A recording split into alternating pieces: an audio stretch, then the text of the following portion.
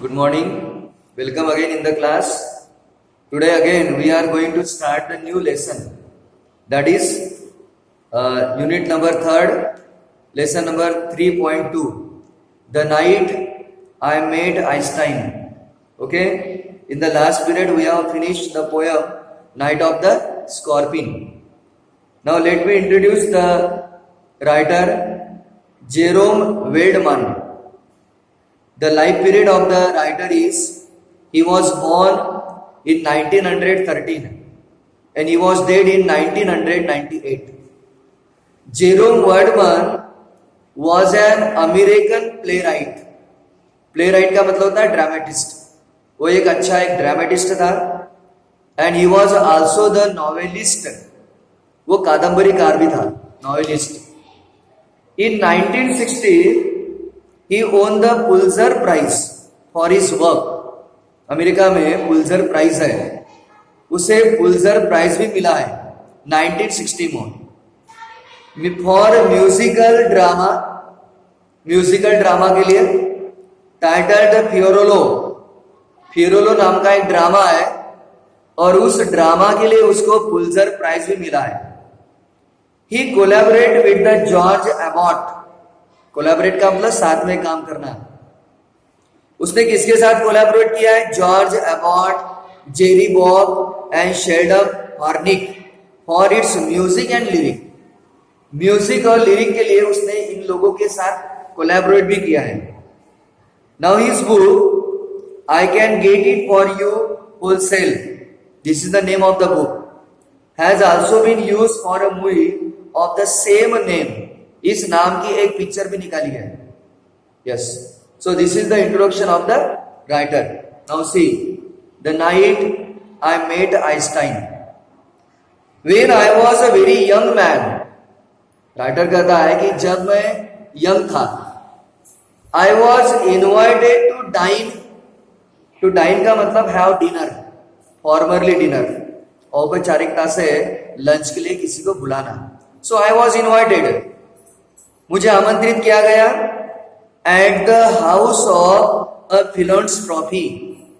फिलॉन्थ्रोपी का मतलब person who seek welfare to other, that means social worker. किसी एक सोशल महिला के घर, सोशल वर्कर के महिला के घर राइटर को आमंत्रित किया गया लंच के लिए. After a wonderful dinner, lunch के बाद it was very wonderful dinner. Dinner बड़ा वंडरफुल था. After a wonderful dinner our hostess, hostess means woman who invite for the dinner, और गेस्ट, जो गेस्ट को बुलाते हैं उसको होस्टेस बोलते हैं. Our hostess took us to a large drawing room. उस महिला ने हमें एक बहुत बड़े ड्राइंग रूम में ले गई. उस महिला ने. Chairs were being arranged. जब हम वहां पे गए, चेयर्स वर बीइंग अरेंज, वहां पे चेयर्स अरेंज किया जा रहा था. I am arranging the chairs for the concert, my hostess said. उस महिला ने क्या कहा राइटर को कि we are arranging the chair, हम चेयर अरेंज कर रहे फॉर द कॉन्सर्ट. कॉन्सर्ट का मतलब होता है म्यूजिकल परफॉर्मेंस. यहां पे एक म्यूजिकल परफॉर्मेंस होने वाला है. So we are arranging the chairs, हम यहाँ पे चेयर्स अरेंज कर रहे हैं. My hostess said we are going to listen to a very good pianist. Pianist यानी पियानो बजाने वाला. यहाँ पे बहुत बड़ा पियानिस्ट का म्यूजिकल प्रोग्राम होने वाला है और उसीलिए we are going to arrange the chairs. Though everyone else was very happy.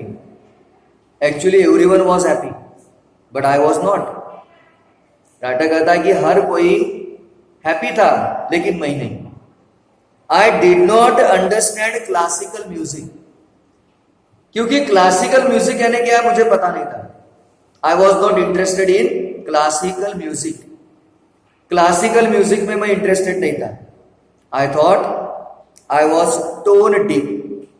Tone deaf का मतलब होता है unable to hear difference between the high and low notes. Music में हाई और लो नोट्स होती है. जो म्यूजिकल लोग रहते हैं, जिन्होंने संगीत सीखा है, उनको पता रहता है. But writer said I was not able to hear to differentiate the high and low music, high and low tone. Writer कहता है कि मुझे पता नहीं था हाई और लो क्या मतलब होता है. सो आई सैट डाउन, इसलिए मैं बैठ गया उस रूम में. I sat down so that I would not be impolite. मुझे लगा कि हम इम्पोलाइट नहीं होना चाहिए. इम्पोलाइट का मतलब अनरिस्पेक्टेड, असभ्य. भाई असभ्यता नहीं दिखाना चाहिए, असभ्यता नहीं दिखाना चाहिए, इसलिए मैं बैठ गया.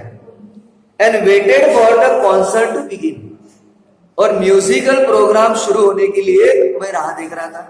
आई was waiting for the musical programme. I did not pay attention to the music after it began. लेकिन प्रोग्राम होने के बाद I did not pay attention, मैंने बिल्कुल ध्यान नहीं दिया. After a while I heard everyone clapping. कुछ देर के बाद मैंने सुना कि हर कोई तालियां बजा रहा है. So I realize that the piece was over.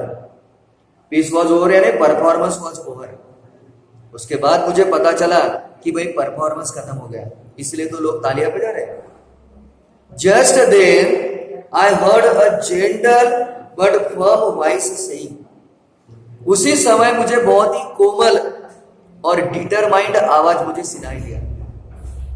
You are fond of बाक. बाक का मतलब जॉन सेबेस्टियन बाक, जर्मन ऑर्गेनिस्ट है वो. क्या तुम बाक के से पसंद करते हो? Are you interested? Do you like the Bach? I knew as much about the Bach as I did about the nuclear physics. जैसे न्यूक्लियर फिजिक्स मुझे पसंद है या मालूम है, वैसे वो था. I was going to say something ordinary. मैं ऐसे कोई तो भी ऑर्डिनरी बताने वाला था उसको, so that I could get out of the situation. इस सिचुएशन से बाहर निकलने के लिए. बहुत बार ऐसे होता है, अगर हम किसी व्यक्ति से छुटकारा पाना है तो कुछ भी बोल के हम भाग जाते हैं. वैसे राइटर ने सोचा. Writer wanted to get away from there. छुटकारा पाना था. I turn in order to look at my neighbour. लेकिन मुझे लगा कि ये आदमी कौन है भाई, मेरे से बात कर रहा है. मैं टर्न हो गया देखने लगे. And I saw a very famous face. जैसे मैं टर्न हो गया, मुझे बहुत एक फेमस चेहरा मेरे सामने आया. I saw a very popular famous man. It was someone with a shock of white hair. उसके बाल पूरे तरह से सफेद थे. एंड अ पाइप, उसके मुंह में पाइप था, उसको चिलम बोलते हैं. उसके मुंह में पाइप था और उसके बाल पूरी तरह से सफेद थे. I knew that I must tell this man the truth. मुझे मालूम था कि मुझे इस व्यक्ति को सही सही बताना चाहिए. He looked at me as if my answer was very important. उसने मेरे तरफ देखा, ऐसे देखा कि जैसे कि मेरा आंसर बहुत ही इंपॉर्टेंट है. My answer was very important, so he looked at me. I do not know anything about Bach, I said. मैंने कहा कि मुझे बाग के बारे में पता नहीं भाई. I have never heard any of his music. और मैंने कभी इसका म्यूजिक सुना भी नहीं. He looked surprised. उसने मुझे बड़ा आश्चर्यचकित होकर देखा. You have never heard of Bach? He asked. तुमने बाग को सुना नहीं? He made it sound as if I had said that I had never taken a bath.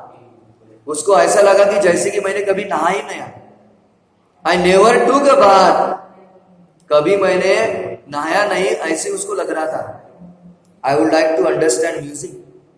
लेकिन मुझे म्यूजिक अंडरस्टैंड करना था, so that I could understand Bach, ताकि मैं बाग को समझ पाऊं. But I am not able to. I am told you. मैंने उसे कहा कि मैं लो और हाई जो टोन है वो समझने में असमर्थ है. ऐसे उसको मैंने जवाब दिया.